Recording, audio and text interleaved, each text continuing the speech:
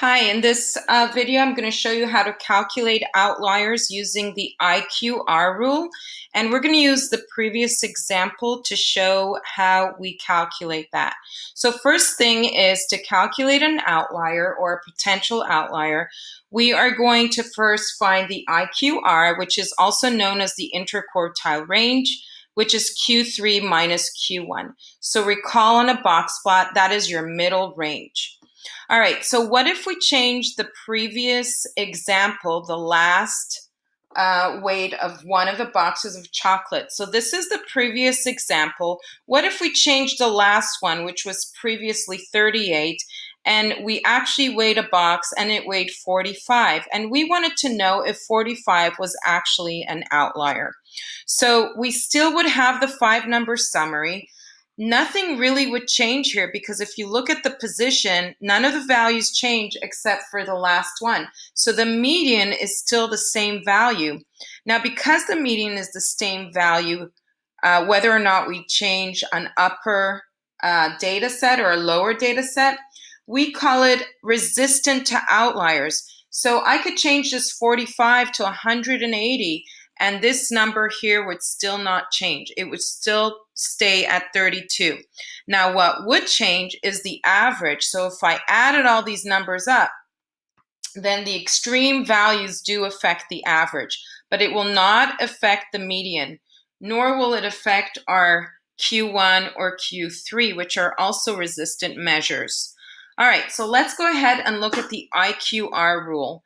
The IQR rule is a way how we calculate outliers. So first we're going to calculate the IQR, which is the Q3 minus Q1. So the math is actually simple. We're going to say 35 minus 29, which is 6, and then we're going to multiply that number by 1.5. So 6 times 1.5 is about 9. And what we're going to do is we're going to see that if we added 9 to Q3 and then subtracted 9 from Q1, if that would be any data values above or beyond on the right and below on the left. So we call them upper and lower fences. So the upper fence is basically Q3 plus the IQR times 1.5, and the lower fence is Q1 minus the IQR times 1.5. So let's go ahead and calculate that and see what we get. So going to our box plot that we're going to draw, I still have my number line. I want to make sure I put in the values, and I also state what it is we're looking at in its weights in grams. To calculate the upper fence, we already have our Q3, which is 35, and then as I mentioned, it's the IQR times 1.5. So basically, my upper fence is 45. So I made a dash over here, and that is the upper fence. Now, to calculate the lower fence, I'm basically going to take Q1 and I'm going to subtract 9, which is the IQR times 1.5. And that will give us 20. So this right here is our lower fence. Now, when you're drawing a box plot, these fences are kind of invisible. They're not really there as part of your diagram. But I went ahead and I put in the minimum value, which was 25. Our Q1, which is 29, 32 was the median, 35 was the Q3, and then we had, and I wanted to say this should have been drawn at 44, not 45. So 44 is the upper fence, not 45. So the upper fence is 44. That means any number in your data that is above 44 is an outlier.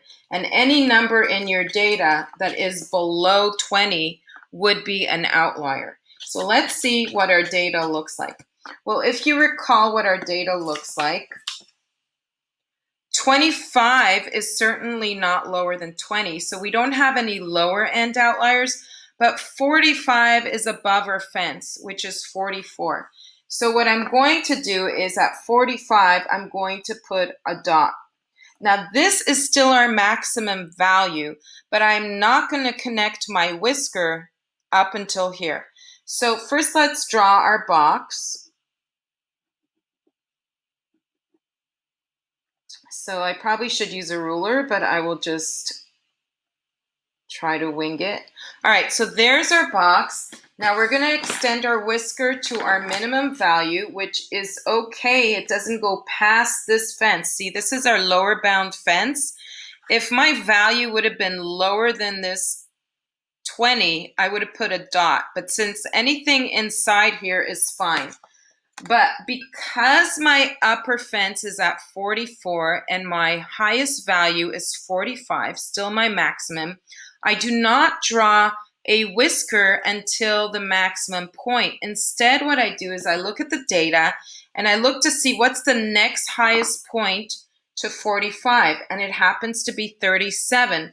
So I am going to put a tick mark right here at 37, and I will draw my whisker up until the next highest point.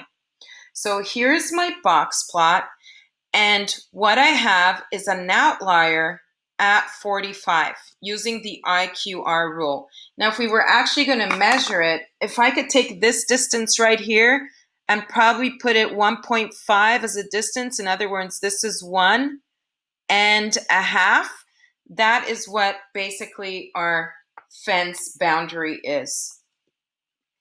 And that's basically all you need to do to find and check if there are lower or upper end outliers.